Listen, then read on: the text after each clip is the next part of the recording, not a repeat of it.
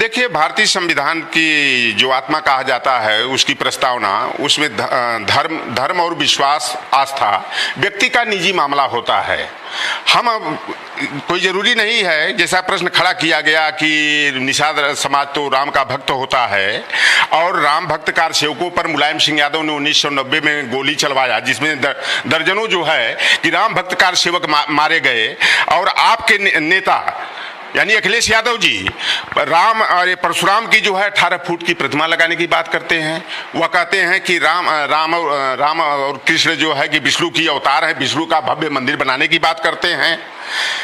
वो पत्रकार ने कहा कि राम की आस्था और राम भक्त है, इस तरह से मुझे टार्चर किया गया। मैंने कहा मेरी राम में आस्था नहीं है, मेरी आस्था भारतीय संविधान में है, ज्योतिबा फूले में है, छत्रपति साहू जी महाराज में है, कर्पूरी ठाकुर बीपी मंडल में है, रामचंद्र निषाद राम प्रसाद अहिर और माता सावित्रीबाई फूले में है, पेरियार बी रामास्वामी नायकर में है। क्योंकि देखिए, जो भारतीय समाज की जो व्यवस्था रही है, आज हमारे लोग, पिछड़े दलित वंचित समाज के लोग जो आज चट्टी चौराहे पर बात कर लेते हैं, सभा और मीटिंग कर लेते हैं, आज पढ़ने का अधिकार मिला है, चाहे नौकरियों में प्रतिनिधित्व पाने का अधिकार मिला है, कार्यपालिका विधायिका में जाने का अधिकार मिला है, तो भारतीय संविधान के तहत मिला है। ये महापुरुष जो हमारे हैं, बीपी मंडल, ज्योतिबा फूले जी हो, चाहे पेरियार बी रामास्वामी नायकर हो, चाहे बाबू जगदेव प्रसाद कुशवाहा, राम प्रसाद अहिर, राजा राम कहार हो, शिवदयाल चौरसिया हो, इनके जीवन संघर्षों की देन है कि आज हम लोगों को जो है प्रतिनिधित्व पाने का, सम्मान से जीने का, कुर्सी पर बैठने का, हक हिस्सा मांगने का अधिकार मिला है। इस बिना पर मैंने कहा था कि मेरी राम में आस्था नहीं है, और कोई जरूरी नहीं है कि मेरी आस्था राम में ही हो, उनके प्रति प्रतिबद्ध किया जाए। यह भारत जो है कि बहुल संस्कृतियों का देश है। यहाँ पर 36 करोड़ देवी देवताओं की बात होती है, तो कोई जरूरी नहीं कि हर व्यक्ति 36 करोड़ देवी देवताओं में आस्था रखता हो। हम अगर मान लिया कि मैं तो संविधान में आस्था रखता हूँ, मैं ज्योतिबा फूले, छत्रपति साहू जी महाराज की पूजा मैं करता हूँ, पेरियार बी रामास्वामी की करता हूँ, और वीरांगना बहन फूलन देवी को नमन करता हूँ, तो हर व्यक्ति की अपनी आस्था है और अपना विश्वास है। कुर्सी इसी में चली गई, कुर्सी चली गई, कुर्सी जाने का मुझे कोई कष्ट नहीं है। कुर्सी गई तो हमें यह महसूस हो गया कि कितने लोग हमारी विचारधारा को पसंद करने वाले हैं। कुर्सी मिलने के बाद मुझे जितना सुख की अनुभूति नहीं हुई थी, कुर्सी जाने के बाद मुझे उतना आनंद मिला।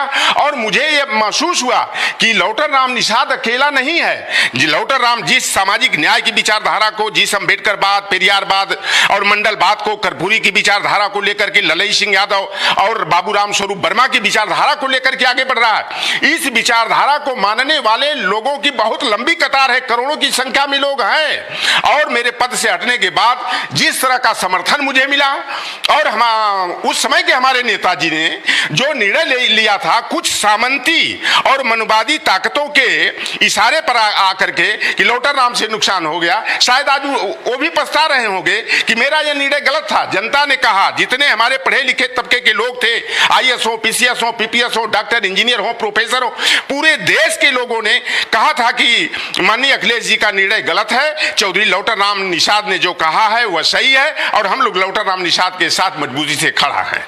क्या अभी गुंजाइश है समाजवादी पार्टी? देखिए, अब तो मैं विकासशील इंसान पार्टी का मैं प्रदेश अध्यक्ष हूँ। बहुत बड़ी जिम्मेदारी मुझे मिली है, यहाँ फुलफिल जिम्मेदारी मुझे मिली है। वहाँ तो मुझे किसी न किसी तमाम तरह के अवरोध थे, हम वहाँ पर स्वतंत्र रूप से काम नहीं कर सकते थे। आज तो मैं वीआईपी पार्टी के बैनर तले लोगों को जोड़ने का, सम्मान देने का, गले लगाने का और अपनी राजनीति अपने ढंग से चलाने का जो मुझे स्वतंत्रता है।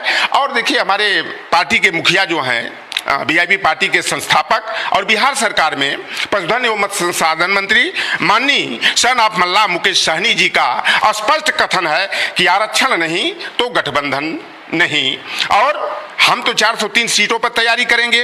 157 सीटें हम लोग एक क्लास की चिन्हित किए हैं, जहां निषाद, मल्ला, केवट, बिंद, धीवर, कहार, कश्यप, जो निषाद फिशरमैन कम्युनिटी की जातियां हैं, जिनकी आबादी 60,000 से लेकर 1,20,000 है, हम मेन टारगेट में रख करके वहां तैयारी करेंगे।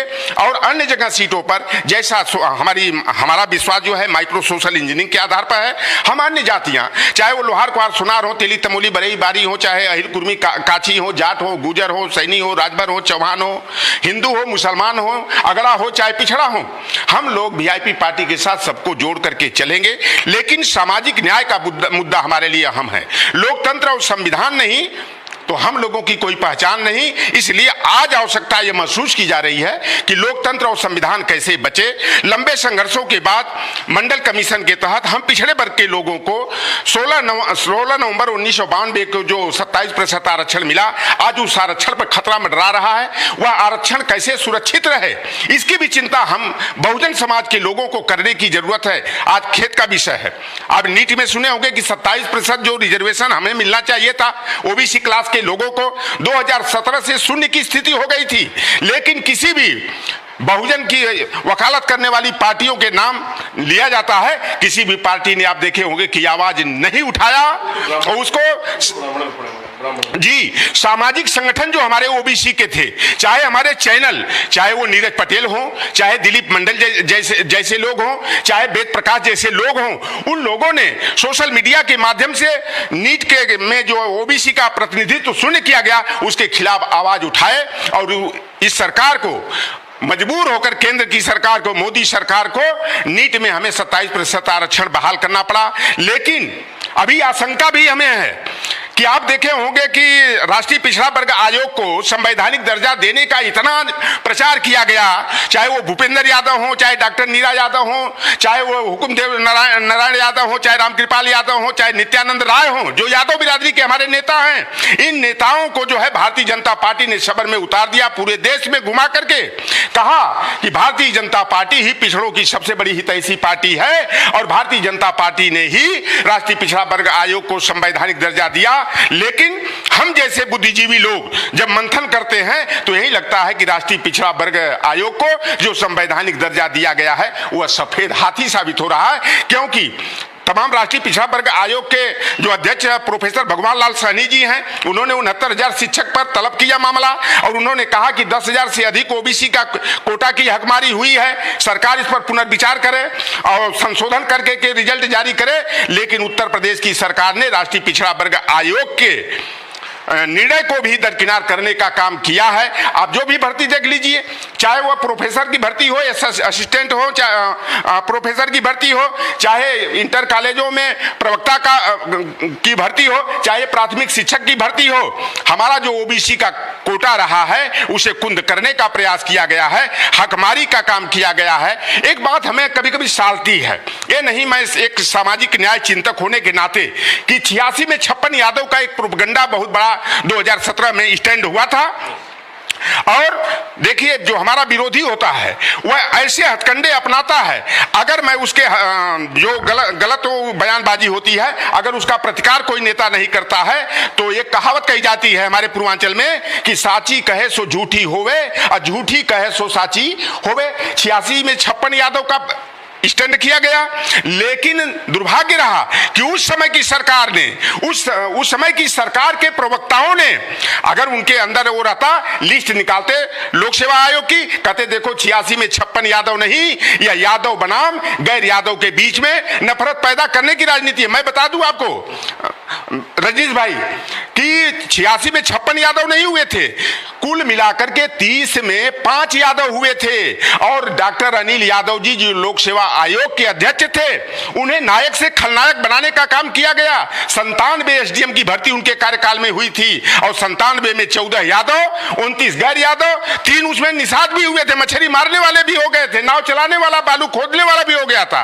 लेकिन उस समय की सरकार ने जो है चुप्पी साध लिया और भारतीय जनता पार्टी ने झूठ को सच साबित करके सारे गैर यादव पिछड़ी जातियों को, यादव समाज को खलनायक बनाते हुए उन्हें कटघरे में खड़ा कर दिया और सारे गैर यादव पिछड़ी जातियों का, दलित जातियों को भ्रमित करके छल कपट, झूठ फरेब और नफरत की राजनीति के माध्यम से उसने हमारा वोट लेकर के सरकार बनाए। लेकिन मैं तो कहता हूं कि मान लिया कि अब बकरे की रखवाली शेर को दे दिया जाए तो क्या वह बकरा सुरक्षित रहेगा क्या?